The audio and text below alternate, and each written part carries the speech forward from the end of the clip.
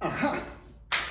No todo tiene por qué salir perfecto. Gabriel Vera de este lado. El día de hoy les voy a platicar un poco sobre la historia de los modelos atómicos, así que solo disfrútenla. Al menos, la primera vez de la que se tiene registro en la historia de la humanidad de alguien hablando sobre los átomos data de Demócrito, el pensador griego, hacia el año 430 a.C. Es probable que alguien haya hablado sobre algo similar a los átomos tiempo atrás, pero de hecho es Demócrito del quien se tiene registro, es el primer registro que se tiene, así que se le atribuye que fue él el primero en hablar de ello. Demócrito, que por cierto fue el que les puso el nombre de átomos, se puso a pensar: ¿qué pasaría si yo tengo, por ejemplo, una piedra o una hoja y la empiezo a recortar en partes cada vez más pequeñas? Pues entonces llegaré a algo que no pueda dividir, átomos, indivisible.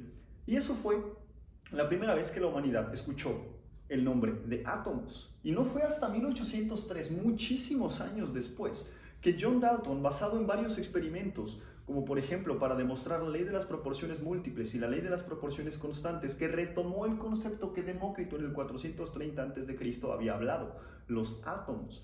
Él, basado en sus observaciones experimentales, propuso que los átomos no cambian con las reacciones químicas, pero son iguales entre ellos para un mismo tipo de átomos, pero distintos entre sí para distintos tipos de sustancias, y que se pueden combinar en distintas proporciones para formar lo que él llamó como otro tipo de átomos.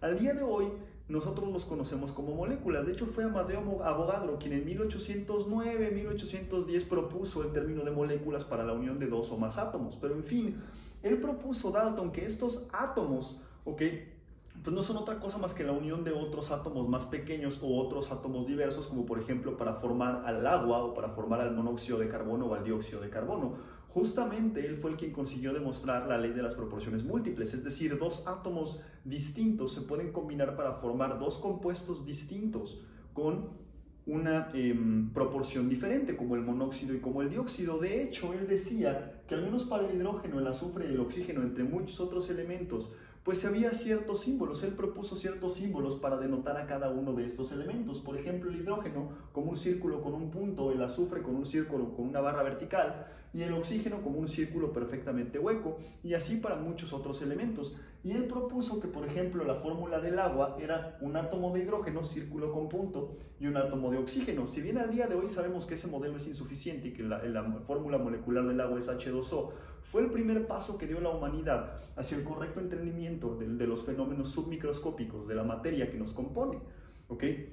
También él fue quien propuso los pesos relativos, tomando ¿cómo les podré decir? Como átomo más pequeño, como la masa más pequeña a la masa del hidrógeno, y así construyendo los pesos relativos o los pesos atómicos de los demás átomos cada vez más pesados. En fin, John Dalton fue el primer modelo atómico basado en observaciones experimentales. Fue hasta 1904, es decir, 101 años después, que John Joseph Thomson, basado en varios experimentos, de hecho fue Thomson quien en 1897 descubrió el electrón, propuso el famosísimo modelo del pudín de pasas, donde él propone que a un núcleo positivo se le encuentran incrustados pequeños núcleos negativos o pequeñas esferas negativas, que son los electrones, ¿ok?, formando lo que él propuso como un núcleo, ¿ok?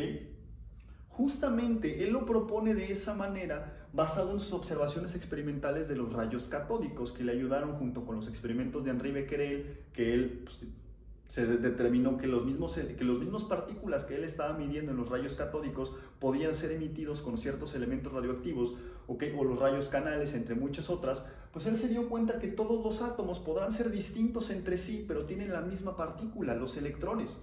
Y entonces, llegando a cierta energía, estos electrones empiezan a salir disparados de los átomos, y la manera en la que él se lo imaginó, pues fue justamente que el núcleo positivo tenía incrustadas como pasas, o que un pudín con pasas negativas incrustados, un pudín positivo con pasas negativas incrustados. Pero su modelo, naturalmente, era deficiente. Fue en 1911, unos cuantos años después, de hecho 7 años después, que Ernest Rutherford, basado en sus observaciones experimentales, como por ejemplo la de la lámina de oro, que propuso que los electrones no podían estar pegados directamente al núcleo, sino que tenía que haber un espacio vacío entre el núcleo y los electrones, es decir, los electrones estaban moviendo en alguna región separada del núcleo, justo porque él en su experimento de la lámina de oro, bombardeó una lámina de oro con partículas alfa, que son núcleos de helio, son positivos, ¿ok? Y detrás puso un papel fotográfico, un papel que respondiera a las partículas cargadas, partículas radioactivas, y él se dio cuenta que las partículas no necesariamente lo atravesaban, sino había cierta... algunas lo atravesaban y otras eran repelidas, incluso algunas eran repelidas justo en 180 grados, es decir, tú se las aventabas y daba la impresión, en sus palabras, en un artículo, en una entrevista que dio en Cambridge, él decía, es como si tú le aventaras algo y te lo rebotara 180 grados hacia ti, ¿ok? Y eso es por eso que él propone el famoso modelo de Jimmy Neutron. Si a algunos de ustedes les tocó ver la caricatura de Jimmy Neutron, entre parte y parte normalmente ponían este modelo atómico, es decir, es un núcleo positivo. Para ese momento se desconocía todavía la existencia siquiera de los neutrones y los electrones moviéndose en regiones alrededor de estos, pues de este núcleo positivo. ¿Ok? Y él también fue el primero en proponer que el núcleo estaba cargado de manera positiva basado en observaciones experimentales. Él sabía que las partículas alfa son positivas y la única manera en la que puedan ser deflectadas o rebotadas con esa intensidad o dispersadas con esa intensidad era que la carga positiva se encontrase cuasi estática o estática en una región muy pequeña del espacio, a la cual él llamó núcleo, y fue la manera en la que él pudo determinar que los núcleos eran positivos y los electrones eran de carácter negativo, además basado en los experimentos de J.J. Thomson para la carga del electrón, bueno, y después la gota de aceite de Millikan, entre otros. Pero esto no se quedó ahí.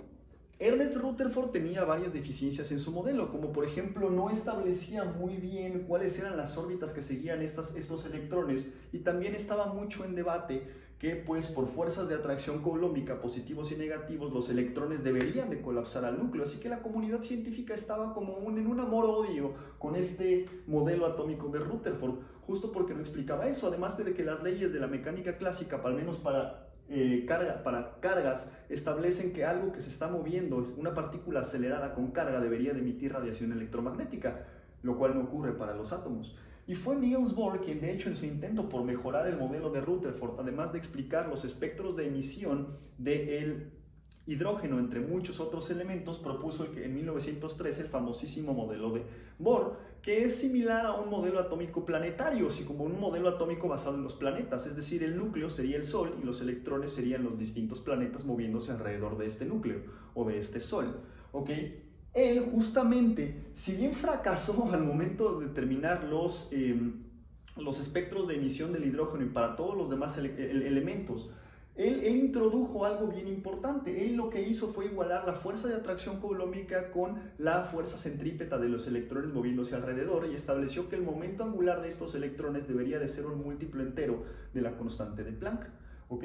Y entonces fue así como se introdujo el número cuántico principal, n, para determinar las órbitas permitidas en las cuales los electrones se pueden mover. ¿Okay? Fue Arnold Sommerfeld en 1916, es decir, 3 años después, luego de darse cuenta del olímpico fracaso de Niels Bohr para determinar los espectros de emisión de elementos más grandes que el hidrógeno, que le propuso justamente el segundo número cuántico, el número cuántico azimutal, que si bien en ese momento no se les llamaba número cuántico, lo que él propuso fue justamente basado en las observaciones de los planetas, pues que los electrones no se movían en órbitas perfectamente circulares, como lo había propuesto Niels Bohr, sino en órbitas que eran de alguna manera excéntricas, es decir, órbitas elípticas, que propuso Arnold Sommerfeld. Y el segundo número cuántico llamado L, o el segundo número llamado L, el número cuántico azimutal, ¿okay?, determinaba la excentricidad, es decir, qué tan estirada estaba esta órbita, qué tan elíptica era, qué tan estirada estaba la elipse. Entonces ya tenemos dos números cuánticos, el principal, que es el nivel energético, y el azimutal, que es pues la excentricidad de este orbital. Y este modelo fue de alguna manera insuficiente, ¿ok? Pero el siguiente fue el modelo de Erwin Schrödinger, quien utilizó la mecánica cuántica. Y previo al modelo de Erwin Schrödinger, por ahí de 1923, está el modelo de Chadwick, justamente introduciendo el neutrón, ya que se descubrió y sabían que estaba en el núcleo. Así que él de alguna manera propuso que el neutrón estaba en el núcleo, pero pues esto no podía cambiar mucho, ¿ok?, la manera en la que se resolvían las ecuaciones, puesto que en efecto el neutrón le agrega masa al núcleo, pero no representa carga, ¿ok? Entonces fue Erwin Schrödinger quien, usando la teoría de la mecánica cuántica o la mecánica cuántica, propuso el famosísimo modelo o la ecuación de Schrödinger, a partir de la cual se resuelve y se pueden obtener para el átomo de hidrógeno, que tristemente es la única que tiene solución analítica, ¿ok? Por un término de la correlación electrónica, que no se puede desacoplar y que está perfectamente demostrado que es imposible desacoplar. Bueno, resolviéndolo para distintos números cuánticos principales, azimutales y magnéticos, se tienen distintos orbitales que él llamó Sharp, Principal, Diffuse and Fundamental, y graficándolos se tienen, por ejemplo, esferas para los orbitales Sharp o S, P para los cacahuates, ¿ok? Para los orbitales P o Principal, tipos de flores, o por ejemplo esta que sería como un toroide, un cacahuate con un toroide alrededor para los orbitales difusos o D, y para los F tendríamos figuras diferentes muy similares a las flores que les decía, ¿ok? De alguna manera muy básica para describir los orbitales fundamental, los orbitales F.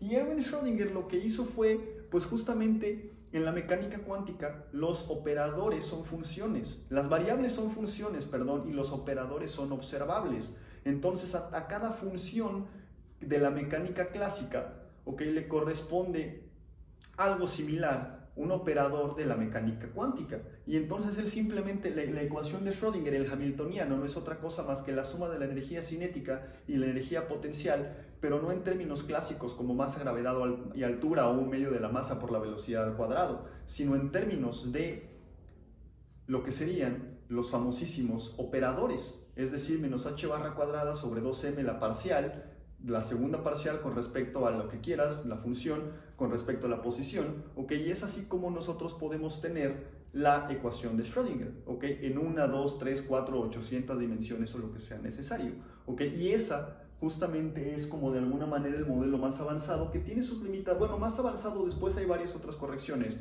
¿ok? Pero que tiene sus limitaciones, tristemente no se puede resolver para elementos distintos al hidrógeno, repito, por el término de la repulsión entre electrones, la correlación electrónica, ¿ok? Pero que nos da una idea de más o menos los lugares en los que es posible encontrar un electrón, es decir, los orbitales. Sean felices.